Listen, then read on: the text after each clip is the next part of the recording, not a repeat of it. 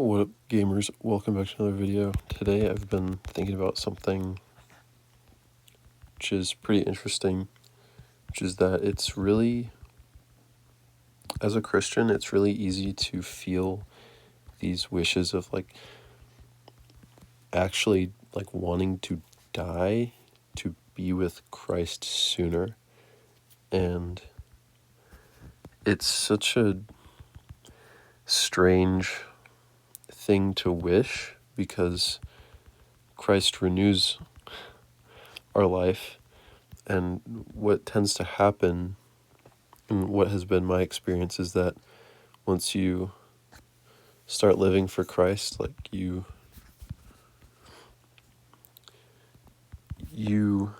begin to hate your soul life.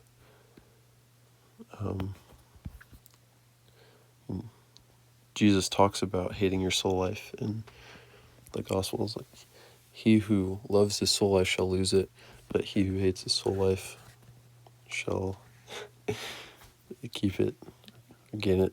That's loosely quoting it, but I just had a conversation with my roommate the other night where he was basically saying, man, I'd want to die. I would just rather be dead than keep dealing with what I'm dealing with. And he's not suicidal, let me make that clear. Although that really sounds like he is when I say that. But something that's interesting is, as hard as it is to get to that point where you would die for Christ, what's even harder than to die for Christ is to actually live for Christ. It's like, man, how do I live for Christ? Because that's so against everything that I'm used to. Every part of my being, every part of my human flesh is wanting to be against this. So I've just been thinking about that today, why is it so hard to live for Christ? How can it be harder to live for Christ than to die for Christ? Because it feels like the simple, maybe even elegant, way out of my situation. It's well, if I just die, then all these struggles I'm dealing with don't really matter, right? And to a certain extent that's true, but it's really not a productive standpoint. And I've had those feelings today even. I'm man, what does this even matter anyway? But that was really driven by having a tough day of an exam and a final project that I had to do all today. I was really struggling with it and just finding it so hard to just get it done. So I think tracing back those feelings, why am I thinking this way? It's not because of, it's not directly because of, man, I want to be with Christ right now. It actually stems from, I don't like the situation that I'm in my life right now. So I think that's something worth looking at if you're experiencing thoughts and feelings of man, I don't want to live through this right now. I would rather just pass on and be with Christ. Because that's something that you really need to keep in check.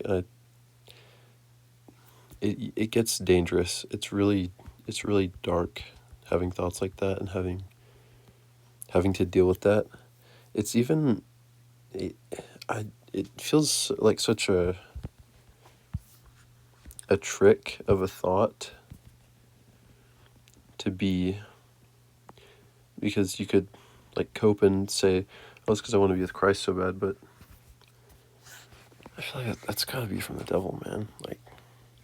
Wishing your own death would be denying Christ's purpose, because we know as Christians that God has a plan for us. So if we want to take that into our own hands and say, no, Lord, I don't really care what your plan is for me. I want to be with you now. Then I feel like that is pretty clearly against Christ, and that's got to be from the devil. So just what I've been thinking about today. I feel like these talks and thoughts would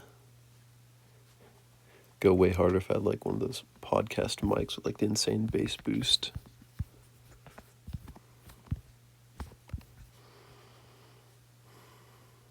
I have another tough day coming up tomorrow as well.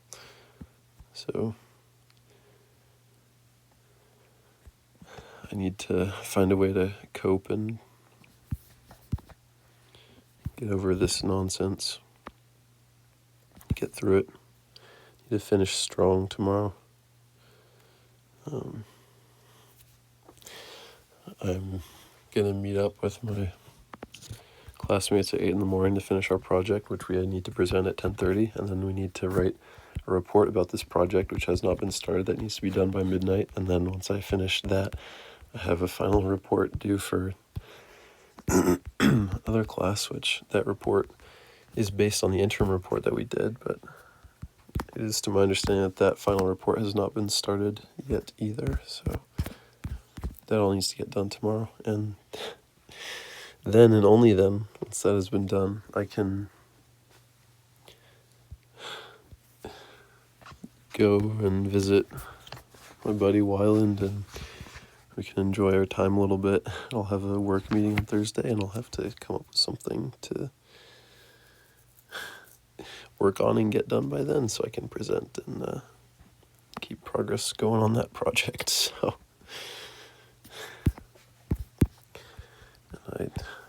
I don't know if I'm going to pass my electronics class, and that's really something that's weighing on me. That's on that fact alone is what's driving a lot of this. Like, my time on earth, like my solo pursuits in life are meaningless, but really they're not, because I need to be a useful tool for the Lord.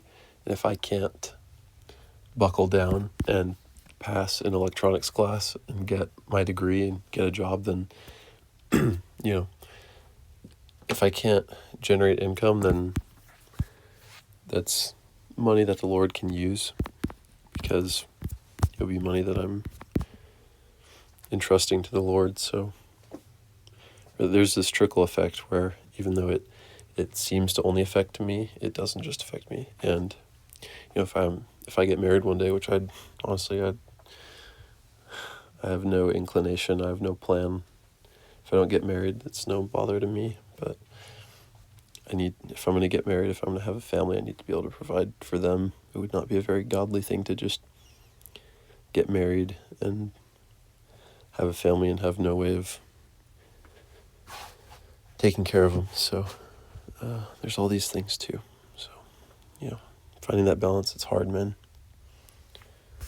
We should care about our time on earth. We should put our best foot forward in terms of giving that time to the Lord, being really intentional about that. And